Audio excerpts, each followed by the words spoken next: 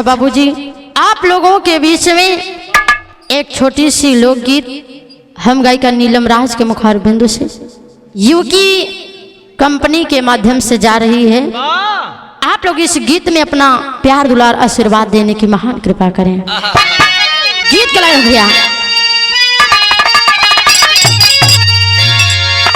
आर्य आयल बसंत ऋतु, आर्य आयल बसंत ऋतु, उड़े लगन दी हो मोरी, देहिया भइल बा पियर हर दी हो मोरी। लेकिन कहना है बात कब की है, कैसी है, कहना है भाव में कैसे। अरे कैलाश ऊपर भोला, अरे कैलाश ऊपर भोला, अरे सोई गाइले हो तबले कितबले वीरभद्र राक्षस एक आई गाइले हो तबले वीरभद्र।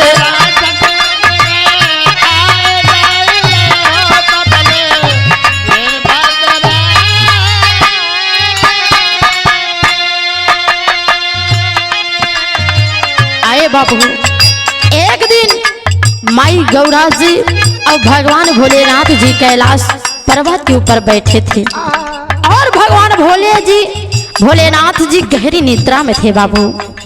उस समय होता है क्या, कहना है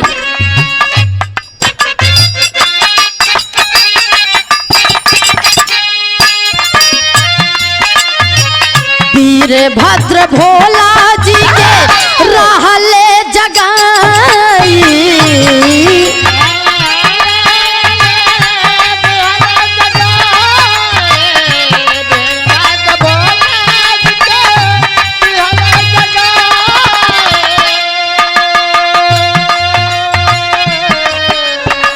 नाही जागे भोला तब उमा गोहराई,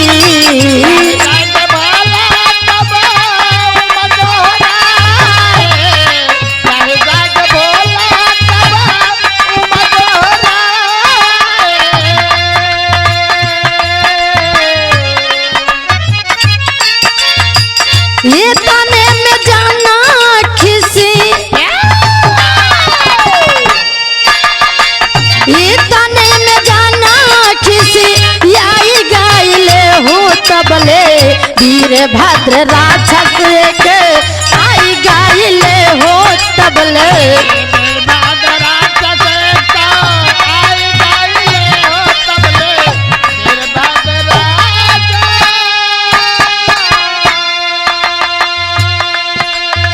आइए बाबू, भगवान शिव जी गहरी निद्रा में है और भगवान शिव जी को खोजते खोजते वीरभद्र नाम का एक राक्षस कैलाश पर्वत पे पहुंचा और भगवान शिव जी की निद्रा को भंग करने लगा, शिव जी को जगाने लगा। माई गौरा जी भी हैरान हैं, जगा रहे हैं कि स्वामी उठिए ना, लेकिन भगवान शिव जी उठ नहीं रहे हैं और वीरभद्र राक्षस जो था वो झकझोरने लगा, शिव जी को जगाने लगा। क्रोध में आकर के भगवान शिव जी करते हैं क्या भैया, कहना हो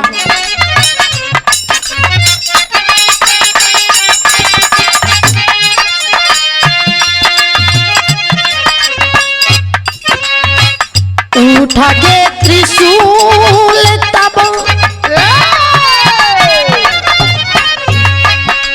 आए बाबू, भगवान शिव जी जब उठ नहीं रहे हैं, जाग नहीं रहे हैं, वो समय वही वीरभद्र राक्षस करता है क्या, कहना है उठा के त्रिशूल तब भोला जी को मारा,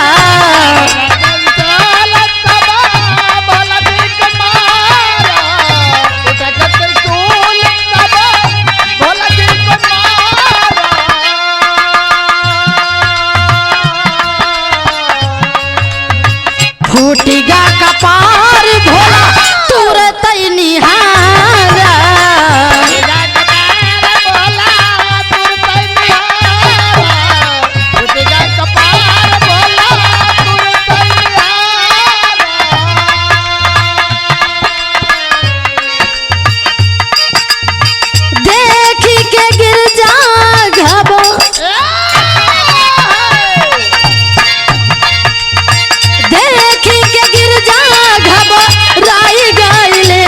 तबले वीरभद्र राक्षस एक आई गईले हो तबले।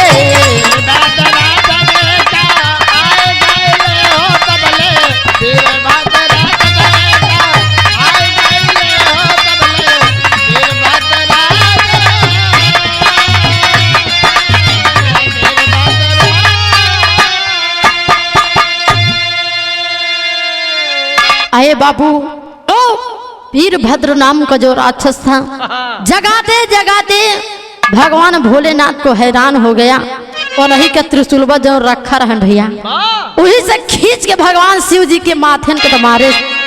जब उनके सिर पे चोट आए खूनों की धारा बहने लगी बाबू, जौन खून बहत रहन जौन रक्त बहत रहन वो के माई गिरजा जी अपने आंचल में रोप रही हैं और होता है क्या,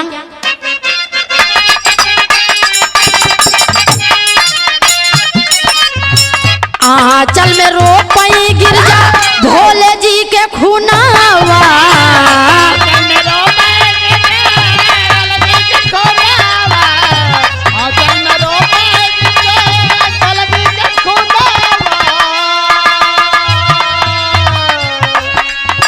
पैदा मेघनाथ भैले सुंदर ललनावा।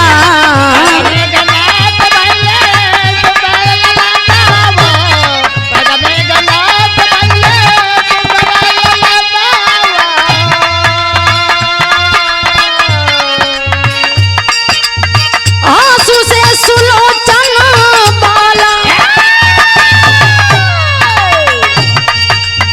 आंसू से सुलोचन जी जना माई गाइले हो तबले वीरभद्र राक्षस एक आई गाइले हो तबले।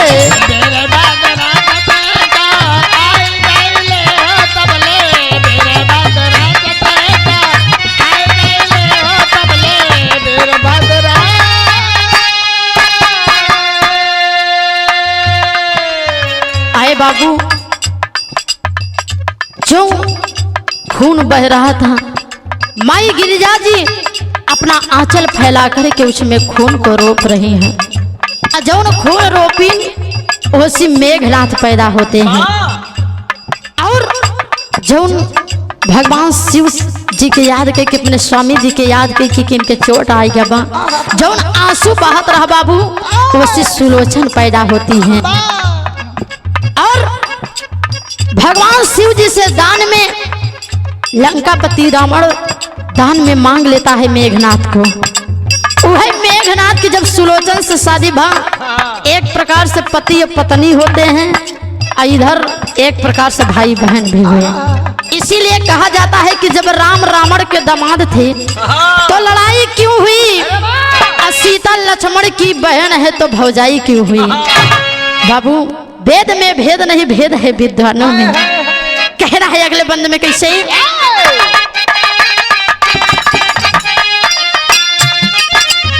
मांगे वरदान रावण भोले से मगनावा।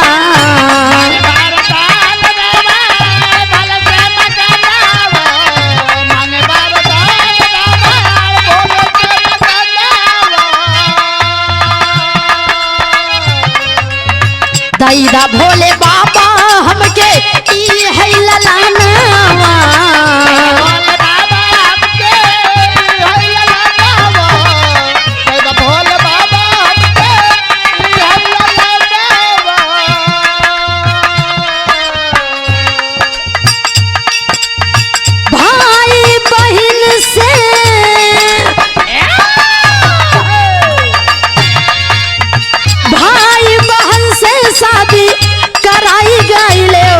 तबले वीरभद्र राक्षस एक आई गाइले हो तबले।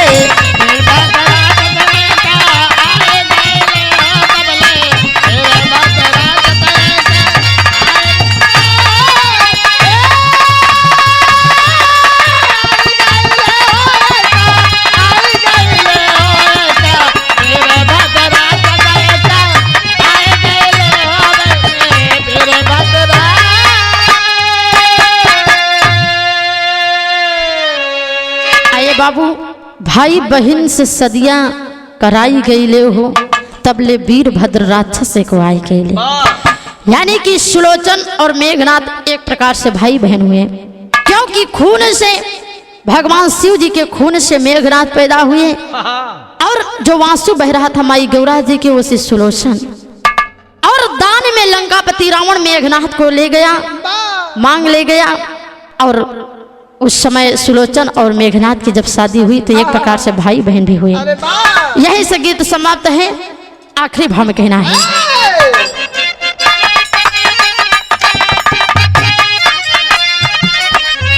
गुरु भोला दाया राम स्वर्ग सिधारे,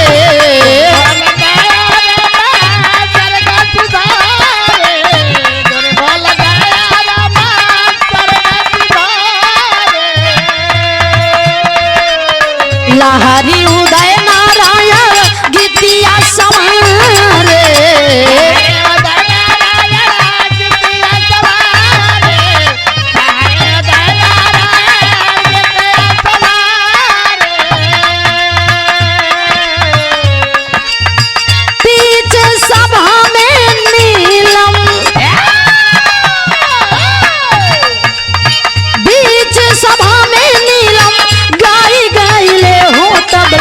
वीरभद्र राक्षस आई गाइले हो तबले,